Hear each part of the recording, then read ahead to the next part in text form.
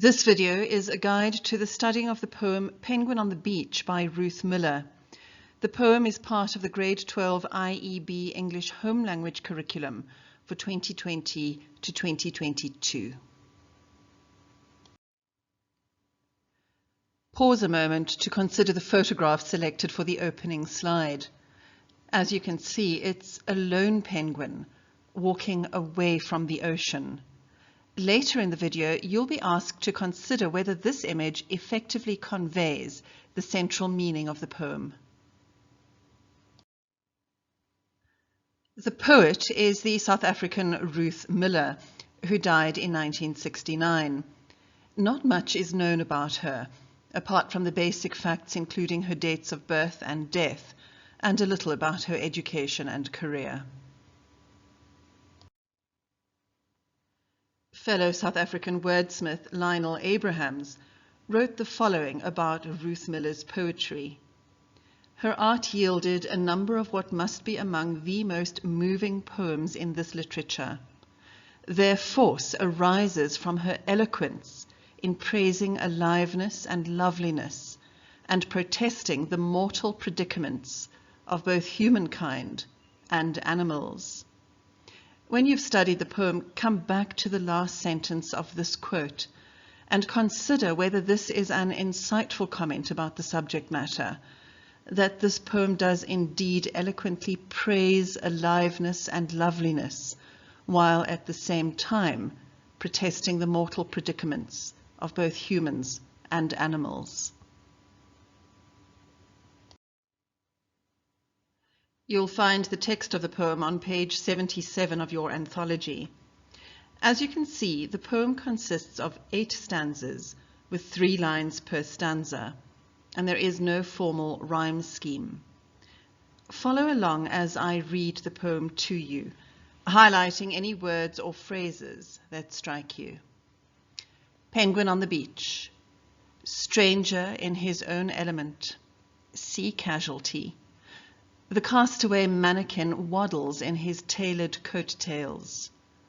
Oil has spread a deep commercial stain over his downy shirt front. Sleazy, grey, it clogs the sleekness. Far too well. He must recall the past, to be so cautious. Watch him step into the waves. He shudders under the froth, slides, slips on the wet sand, escaping to dryness, dearth, in a white cascade, an involuntary shouldering off of gleam. Hands push him back into the sea. He stands in pained and silent expostulation. Once he knew a sunlit leaping smoothness, but close within his head's small knoll and dark he retains the image. Oil on sea, green slicks, black lassos of sludge sleeving the breakers in a stain-spread scarf. He shudders now from the clean flinching wave, turns and plods back up the yellow sand, ineffably wary, triumphantly sad. He is immensely wise. He trusts nobody. His senses are clogged with experience. He eats fish from the Saviour's hands, and it tastes black. I suggest that you have a variety of multicolored pens and fine liners with you so that you can annotate the poem as we go along. You'll also need to hit that pause button regularly in order to ensure that you're taking accurate notes. Well, the title tells us what the subject of the poem is, literally a penguin on the beach. Well, there's no surprise there, as that's where you'd expect to find penguins. But the first word of the poem is significant. Stranger. Although the penguin is in his own element, he's a stranger. He no longer feels at home. The place feels unfamiliar, although it's his natural habitat. This is, of course, a paradox. describing the bird as a stranger in his own surroundings. The penguin is also described as a sea casualty. The sibilance of the S, the S sounds connects these two words, and casualty offers an explanation for the penguin's situation, his predicament. A casualty is the word that we use for a victim, someone who has been killed or injured in war or in an accident. The K in casualty is echoed in castaway, a word used to describe someone who has been shipwrecked or stranded. The alliteration is effective as we pause to consider the meaning of the words, which seems so out of place when describing a coastal bird with which we are so familiar. Clearly, something has happened to him here. He's a victim. The poet creates a tone of gentle humor and affection by describing the penguin as a mannequin, which is a rather old-fashioned word for little man, in a tuxedo or the tailored coattails. I'm sure that you've heard jokes and descriptions of penguins wearing tuxedos or dress suits.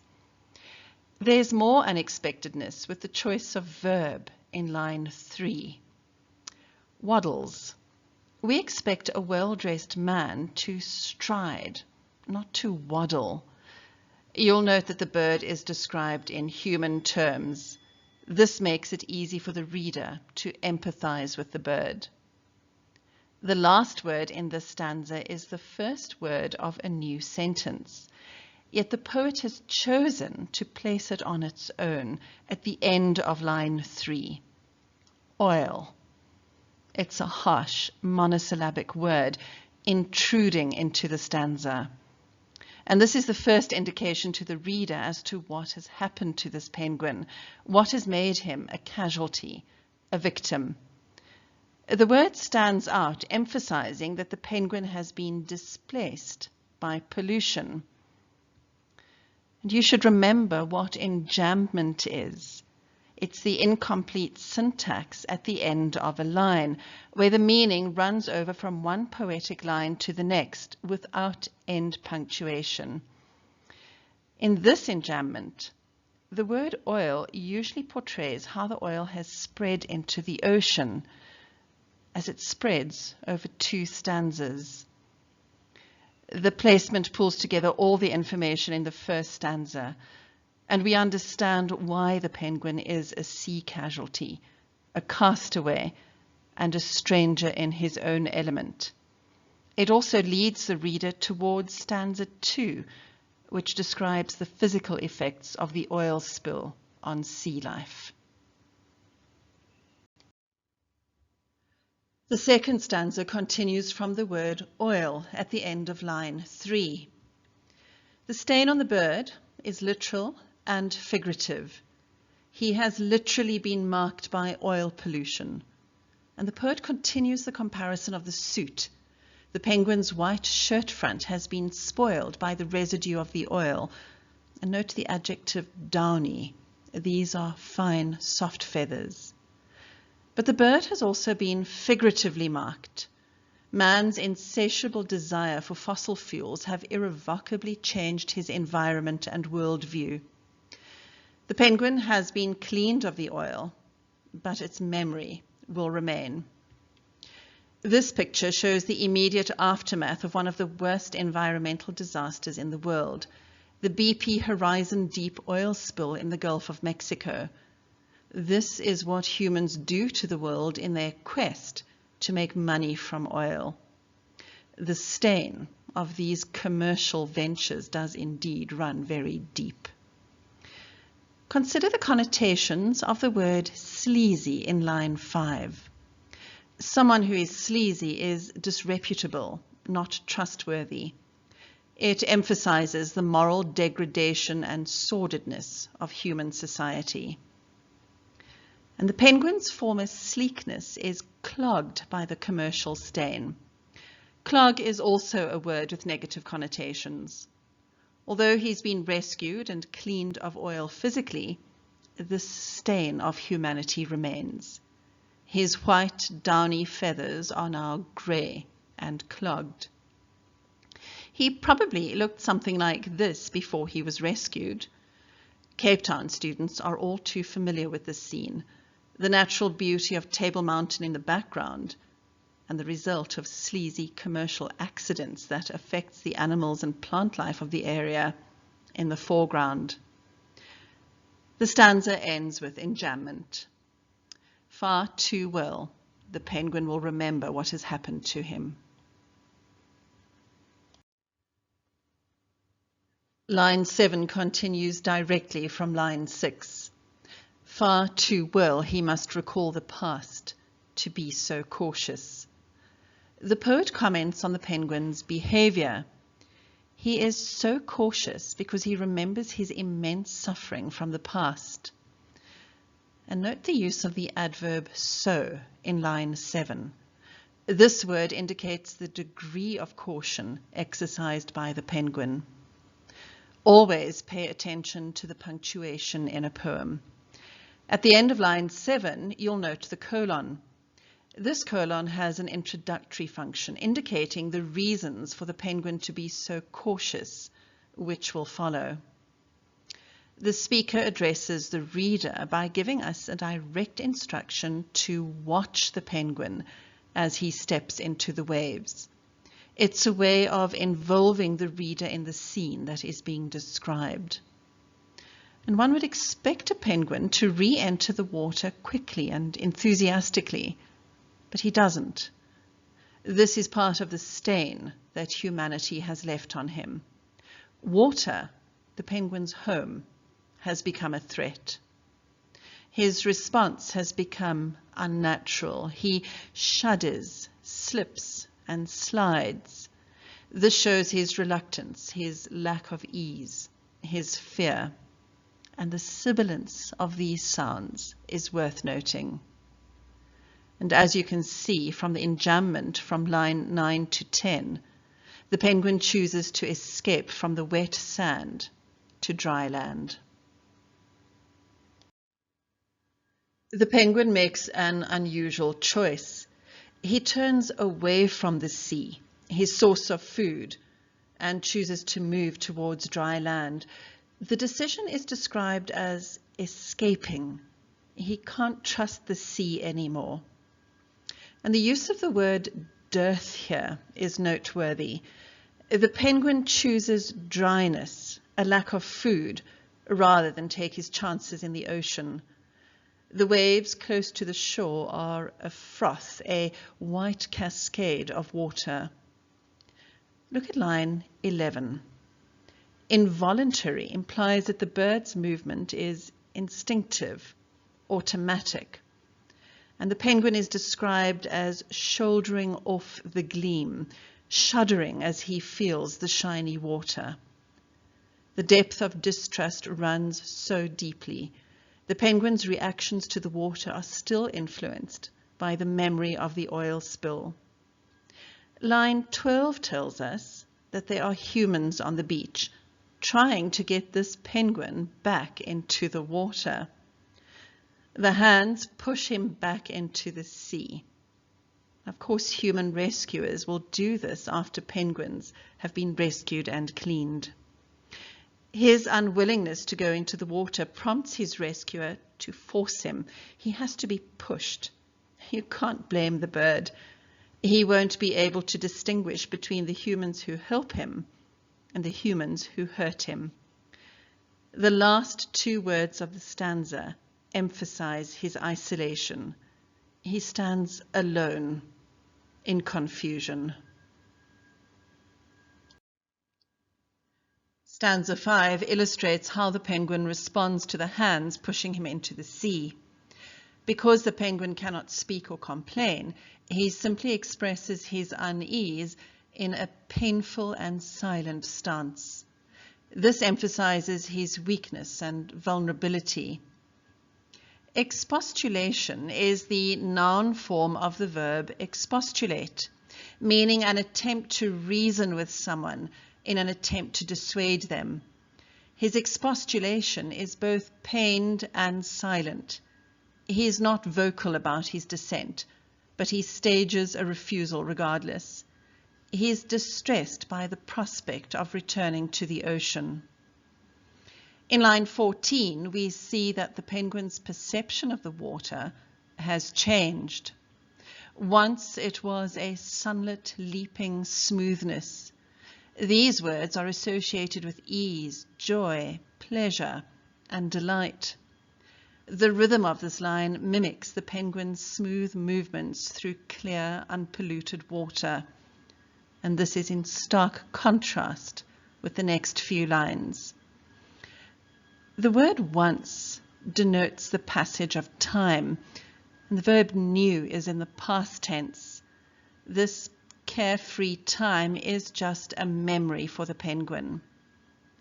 Line 15 is introduced with the significant conjunction but, indicating a change in the thoughts of the penguin, a contrast between the sea he once knew and loved and the sea he experienced when he was caught in the oil slick.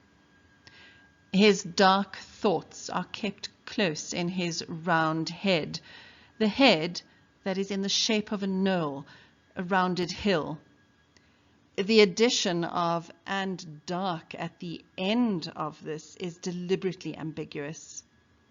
The penguin's head is, of course, dark, as it is black in color, but the head also harbors dark thoughts about the pollution and actions of mankind that have resulted in these indelible memories. The last word of this stanza is reminiscent of the word oil as the last word of stanza 1. There's something ominous in these words, and this feeling is carried over into the stanzas that follow. The colon in line 16 indicates that the image that stays with the penguin will follow. What he remembers is the oil. The description of the oil slick here is perversely beautiful. The oil is described as a metaphorical lasso, which you'll know as the rope used by cowboys to catch cattle. It's an incredible image of the oil slickly capturing the marine life in its green and black sludgy grip. Sludge is the solid sticky mass associated with industrial waste. It is this sludge that makes an oil spill so devastating as it clings to everything in its path. The clothing metaphor, sleeving and scarf, links to the earlier idea of the penguin being a mannequin in a suit. The oil has become the clothing of the sea and of the affected marine life. The image is that of a silk scarf encasing the breakers, the waves, in its material. If you've seen a patch of oil catching the sunlight, you will have seen the beautiful colors, the green slicks of the liquid. It can be mesmerizing, strangely beautiful, just like a silk scarf. The repetition of the word stain again emphasizes the effect of humanity on the environment and reminds us of the deep commercial stain on the penguin's downy shirt in stanza 2. Did you notice the sibilance, the repetition of the s sound? It creates a hissing sound here, possibly the sound of the waves hissing over the sand. It could also be a sound of warning, disgust. Line 19 makes use of a figure of speech known as a transferred epithet. This is when the epithet, usually an adjective, qualifies a noun other than the person or thing it's actually describing. In other words, the epithet is transferred from the noun it's meant to describe to another noun in the sentence. In line 19, it's actually the penguin that is flinching, not the wave.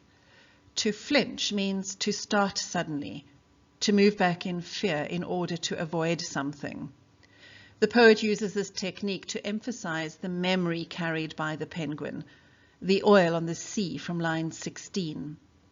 And although this wave is clean, it still makes him shudder as he associates it with pollution and danger. Because the penguin is now scared of his natural environment, he turns away from it and walks away with heavy feet. He plods back up the sand. This verb causes the reader to sympathize, empathize with the penguin. It emphasizes his vulnerability. It shows how the penguin is walking back slowly and unhappily. It affects the tone of the poem. The penguin's heart, just as his feet, is heavy, melancholic. The penguin is both ineffably weary and triumphantly sad. Ineffably means indescribably, impossible to put into words. Wary means that he's cautious, watchful of danger, and he's sad for obvious reasons. Please note that there is a difference in meaning between wary, as used in this poem, and weary, which means tired. The triumph is that he has survived his ordeal, but an irony is implied here. His survival, his triumph, makes him sad. You'll recognize this as an oxymoron. These human emotions attributed to the penguin are also an example of personification. Line 22 is devastating. The penguin's inability to trust is portrayed as wisdom. The colon introduces an explanation for this distrust. The penguin has gained wisdom from his experiences, his interactions with humans. The word clogged is repeated here to show that his senses have been sullied and damaged. His senses no longer respond the way they should because they are clogged with humanity's mistakes. This is a metaphor. Just as the penguin's feathers are clogged with oil, so too his senses are overcome by the memory of the oil. Students familiar with Christian imagery will immediately recognize the religious allusion in the last line. The capital S in the word Savior should remind you of Christ, the Savior. You would also be familiar with the story of Christ feeding the 5,000 with loaves and fish. Generally, this is a positive connotation, alluding to the miracle of feeding the multitudes with very little food. But to the penguin, his so-called saviors, who have had to force feed him fish to keep him alive, are the same creatures that caused the oil spill in the first place. The irony is clear. Mankind is both destructor and savior. The fish tastes black because there should be no need for this savior, this human intervention. The penguin shouldn't be reduced to eating dead fish from a human hand. Although it's an act of kindness, it's incongruous because of man's carelessness. The penguin should be able to hunt in clean waters for live fish to eat. Tastes black is an example of synesthesia. It's loosely defined as a merging of senses which are not normally associated. We wouldn't usually link the taste of anything to a color. But the oil has corrupted both the penguins and the fish, so much so that it tastes black, like the oil. You can think of the many connotations of the word black here as well. The last line of the poem shocks the reader.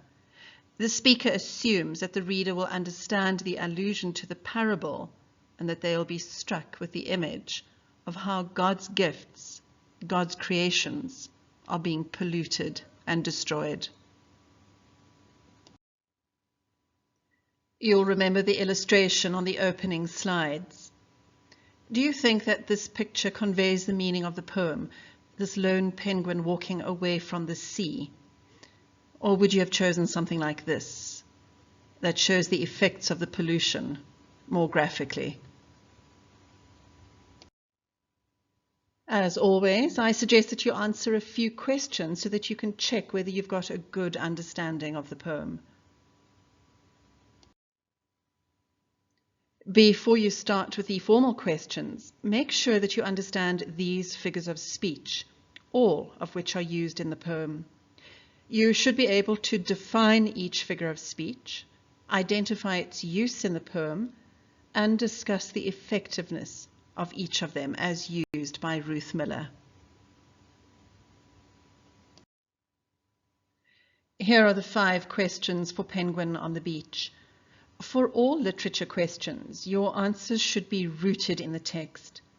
Always give reasons for your answer and, wherever possible, quote from the text, in this case, the poem.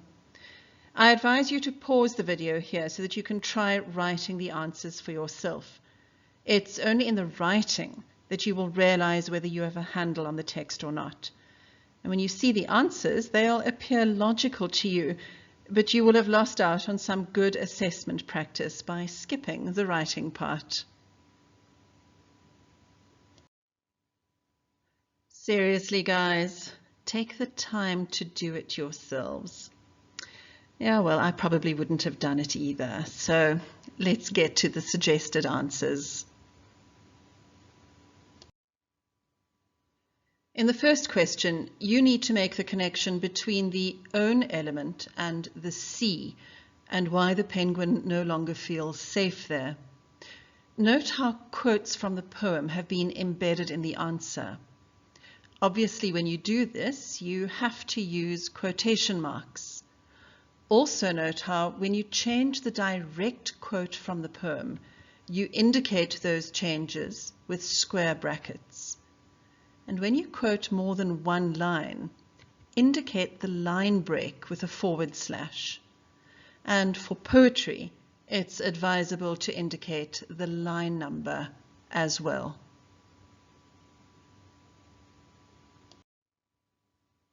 In question 2, you're expected to provide a 2-part answer. It's not enough to write just the meaning or connotations of the verb plods. You also need to discuss how the word affects the tone of the poem. Learn the spelling of key words in advance. You shouldn't be writing about the sad tone of a poem simply because you forgot how to spell the word melancholy.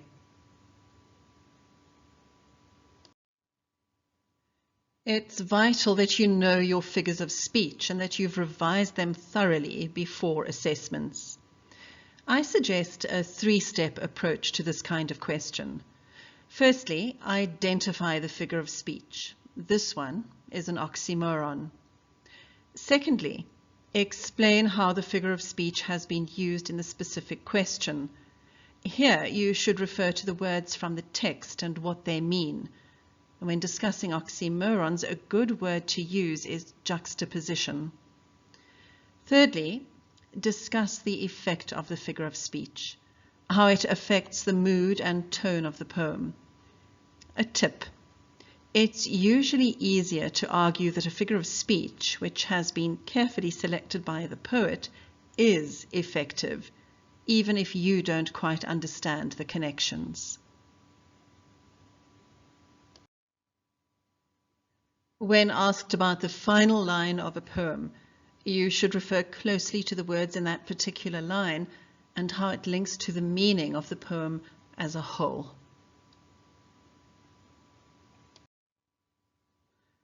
Ah, yes, the dreaded tone question. You should be able to answer this question for every poem that you study. Remember to define the tone and to give textual evidence to support your answer. In the IEB exam in paper 1, you can expect any of your seen poems to be paired with an unseen poem. I've chosen this one as a companion to Penguin on the Beach. It's written by another South African poet, Douglas Livingstone, and has the ironic title, The King. The poem describes an old moth-eaten lion kept in captivity. The poem highlights the indignity of this animal's existence, being photographed by tourists when he should be living proudly on the plains of Africa.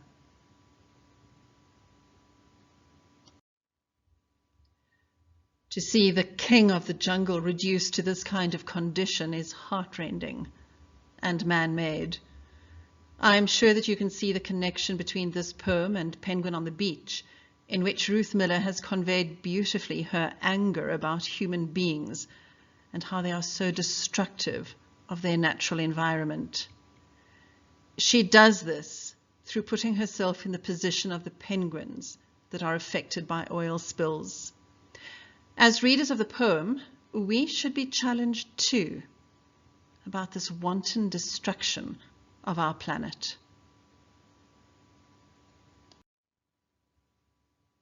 Poems should not be studied in isolation. We all have different ways of expressing strong feelings. Ruth Miller's way was to write. Her message will resonate with fellow writers and readers, but that doesn't mean that everyone who studies this poem will find it effective. You might be a visual person.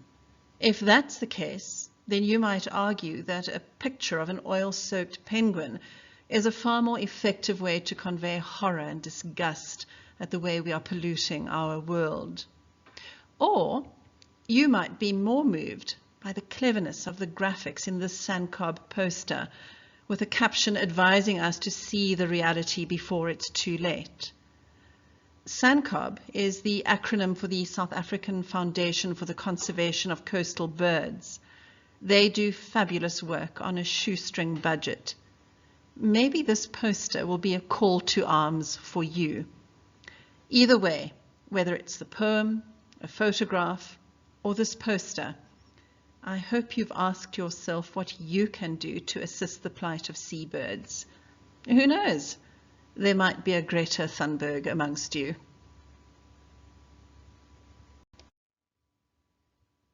If you'd like to learn more about penguins, I highly recommend this delightful Netflix documentary series, which follows a colony of anthropomorphized African penguins in Simonstown, South Africa.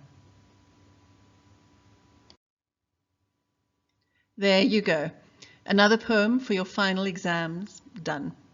Remember to share this video with your friends and colleagues who are studying and teaching this poem.